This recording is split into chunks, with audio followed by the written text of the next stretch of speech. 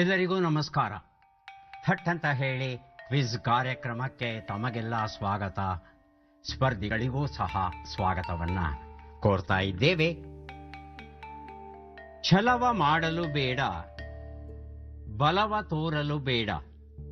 ಛಲದಿ ದುರ್ಯೋಧನನೋ, ಬಲದಿ ತಾ ಕೀಚಕನೋ.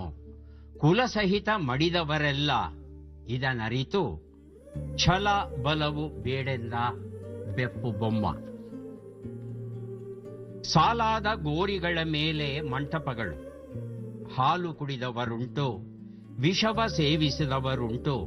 ಸಾಲಾಗಿ ಮಲಗಿಹರು ಚಿರನಿದ್ರೆಗೊಳಗಾಗಿ, ಮೇಲು ಕೀಳುಗಳಿಲ್ಲ ಬೆಪ್ಪು ಬೊಮ್ಮ. ಬೆಲ್ಲ ಬೇವಿಗೆ ಶತ್ರು, ಹಲ್ಲಿ ಚೇಳಿಗೆ ಶತ್ರು. ಮಲ್ಲಿಗೆಯ ಹೂ ಶತ್ರು ವಿಧವೆಗೆ. ಕುಲ್ಲು ಬುದ್ಧಿಯ ಕಪಟ ದ್ರೋಹಿಗಳು ಎಲ್ಲರಿಗೂ ಶತ್ರು ಬೆಪ್ಪು ಬೊಮ್ಮ. ಏನಿದು ಬಹಳ ವಿಚಿತ್ರವಾಗಿದೆ. ಬೆಪ್ಪು ಬೊಮ್ಮ, ಮಂಕುತಿಮ್ಮ ನಮಗೆ ಗೊತ್ತು. ಈ ಬೆಪ್ಪು ಬೊಮ್ಮ ಯಾರು? ಹೀಗೆ ಆಶ್ಚರ್ಯ ಆಗಬಹುದು. ಒಂದು ಸೊಗಸಾದ ಕೃತಿ, ಆದರೆ ಕನ್ನಡಿಗರಿಗೆ ಅಷ್ಟಾಗಿ ಪರಿಚಯ ಇಲ್ಲದೇ ಇರುವಂತಹ ಕೃತಿ ಬೆಪ್ಪು ಬೊಮ್ಮನ ಬುರುಡೆ. ಎನ್ ನರಸಿಂಹಯ್ಯ ಇದನ್ನ ಬರೆದಿದ್ದಾರೆ. ಯಾರು ಎನ್ ನರಸಿಂಹಯ್ಯ? ಇನ್ಯಾರು ತಾನೇ ಆಗಿರ್ಲಿಕ್ಕೆ ಸಾಧ್ಯ? ಕನ್ನಡದಲ್ಲಿ 400ಕ್ಕೂ ಹೆಚ್ಚು ಪತ್ತೇದಾರಿ ಕಾದಂಬರಿಗಳನ್ನ ಬರೆದು ಶ್ರೀಸಾಮಾನ್ಯನಲ್ಲಿ ಓದುವ ಹುಚ್ಚನ್ನ ಬೆಳೆಸಿದಂತಹ ಮಹಾನುಭಾವ ಎನ್ ನರಸಿಂಹಯ್ಯ. ಎನ್ ನರಸಿಂಹಯ್ಯ ಪತ್ತೇದಾರಿ ಕಾದಂಬರಿಗಳನ್ನಲ್ಲದೆ ಬೇರೆ ಸಾಹಿತ್ಯ ಪ್ರಕಾರದಲ್ಲೂ ಕೆಲಸ ಮಾಡಿದ್ದಾರೆ ಅನ್ನೋದು ತುಂಬ ಜನಕ್ಕೆ ಗೊತ್ತಿಲ್ಲ. ಇವರು ಸಾಮಾಜಿಕ ಕಾದಂಬರಿಗಳನ್ನು ಬರೆದಿದ್ದಾರೆ, ಐತಿಹಾಸಿಕ ಕಾದಂಬರಿಗಳನ್ನ ಬರೆದಿದ್ದಾರೆ, ಹಾಗೆಯೇ ಸಣ್ಣ ಸಣ್ಣ ಕಥೆಗಳನ್ನ ಇವರು ಬರೆದಿದ್ದಾರೆ.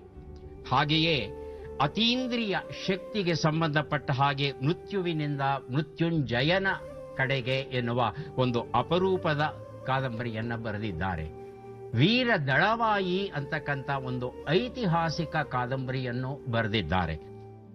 ಹಾಗೇನೆ ಸಂಸಾರಕ್ಕೆ ಸಂಬಂಧಪಟ್ಟ ಹಾಗೆ ಬದುಕು ಹೇಗೆ ನಡೆಸಬೇಕು ಎನ್ನುವ ಮಾರ್ಗದರ್ಶನ ಕೊಡುವಂತಹ ಸಂಸಾರ ಸಮೀಕ್ಷೆ ಅಪರೂಪದ ಪುಸ್ತಕವನ್ನ ಬರೆದಿದ್ದಾರೆ. ಹಾಗೆಯೇ ನಮ್ಮ ಸಂಸ್ಕೃತಿಗೆ, ನಮ್ಮ ಸಮಾಜಕ್ಕೆ ಸಂಬಂಧಪಟ್ಟ ನಂಬಿಕೆ, ಮೂಢನಂಬಿಕೆ ಎನ್ನುವ ವಿಶೇಷ ಪುಸ್ತಕವನ್ನು ಎನ್ ನರಸಿಂಹಯ್ಯ ಬರೆದಿರುವುದುಂಟು. ಆದರೆ ಇವೆಲ್ಲಕ್ಕೂ ಭೂಷಣ ಪ್ರಾಯವಾದದ್ದು ಬೆಪ್ಪು ಬೊಮ್ಮನ ಬುರುಡೆ. ಬೆಪ್ಪು ಬೊಮ್ಮನ ಬುರುಡೆ ಈ ಒಂದು ಪುಸ್ತಕದಲ್ಲಿ ಸಮಾಜದಲ್ಲಿ ಆಗ್ತಾ ಇರತಕ್ಕಂಥ ಅನ್ಯಾಯಗಳು, ಲೋಪಗಳು, ದೋಷಗಳು, ಮನುಷ್ಯನ ವರ್ತನೆಗಳು ಇವನ್ನೆಲ್ಲ ಸೂಕ್ಷ್ಮವಾಗಿ ಗಮನಿಸಿ ಅದನ್ನ 4 ಚೌಪದಿಗಳ ರೂಪದಲ್ಲಿ ಬರೀತಾ ಹೋಗ್ತಾರೆ, ಪದ್ಯಗಳ ರೂಪದಲ್ಲಿ. ಮೇಲುನೋಟಕ್ಕೆ ಇದು ಮಂಕುತಿಮ್ಮನ ಕಗ್ಗವನ್ನ ಹೋಲುತ್ತೆ. ಹೌದು, ಕಗ್ಗವನ್ನ ಹೋಲುತ್ತೆ. ಇಲ್ಲಿ ಬಳಸಿರ್ತಕ್ಕಂಥ ಛಂದಸ್ಸು ಮತ್ತು ಹೇಳುವ ಧಾಟಿ ನಿಜಕ್ಕೂ DVG ಅವರ ಕಗ್ಗವನ್ನ ಅನುಸರಿಸಿರೋದನ್ನ ಮೇಲುನೋಟಕ್ಕೆ ನೋಡಬಹುದು. ಆದರೆ ವ್ಯಕ್ತಪಡಿಸುವ ವಿಚಾರ ಏನಿದೆ ಅದರಲ್ಲಿ ನರಸಿಂಹಯ್ಯ ಅವರು DVG ಅವರನ್ನ ಅನುಸರಿಸಿಲ್ಲ. ತಮ್ಮ ಬದುಕಿನ ಅನುಭವ ಏನಿದೆ, ಸೀಮಿತ ವ್ಯಾಪ್ತಿ ಏನಿದೆ, ಅದರಲ್ಲಿಯೇ ಇಲ್ಲಿನ ವಿಚಾರಗಳನ್ನ ವ್ಯಕ್ತಪಡಿಸ್ತಾ ಹೋಗ್ತಾರೆ. ಅಲ್ಲಿ ಸ್ವಂತಿಕೆಯನ್ನ ಮೆರೀತಾರೆ ಎನ್ ನರಸಿಂಹಯ್ಯ. ನರಸಿಂಹಯ್ಯ ಅವರು SSLC ಪೂರ್ಣ ಮಾಡಿಲ್ಲ. ಈ ವಿಚಾರವನ್ನ ಮನಸ್ಸಲ್ಲಿ ಇಟ್ಕೊಂಡು ಒಂದು ಕ್ಷಣ ಆಲೋಚನೆ ಮಾಡಿದ್ರೆ ಎನ್ ನರಸಿಂಹಯ್ಯ ಎಷ್ಟು ದೊಡ್ಡ ವ್ಯಕ್ತಿಗಳು ಅನ್ನೋದು ಇವತ್ತು ನಮಗೆ ಗೊತ್ತಾಗ್ತಾ ಇದೆ. ನರಸಿಂಹಯ್ಯ ಕನ್ನಡ ಸಾಹಿತ್ಯಕ್ಕೆ ಸಲ್ಲಿಸಿರುವ ಸೇವೆ ಏನಿದೆ, ಓದುಗರ ಒಂದು ಬಳಗವನ್ನೇ ಕಟ್ಟಿದ್ದು ಏನಿದೆ, ಕನ್ನಡಿಗ ಎಂದಿಗೂ ಮರೆಯಬಾರದು.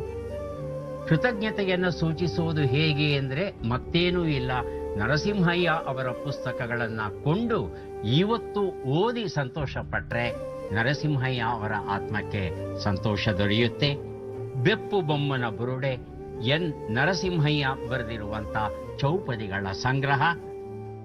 ನರಸಿಂಹಯ್ಯ ಅವರನ್ನ ಅಭಿನಂದಿಸ್ತಾ ಕಾರ್ಯಕ್ರಮವನ್ನ ಆರಂಭಿಸ್ತಾ ಇದ್ದೇವೆ. ಸ್ಪರ್ಧಿಗಳ ಪರಿಚಯ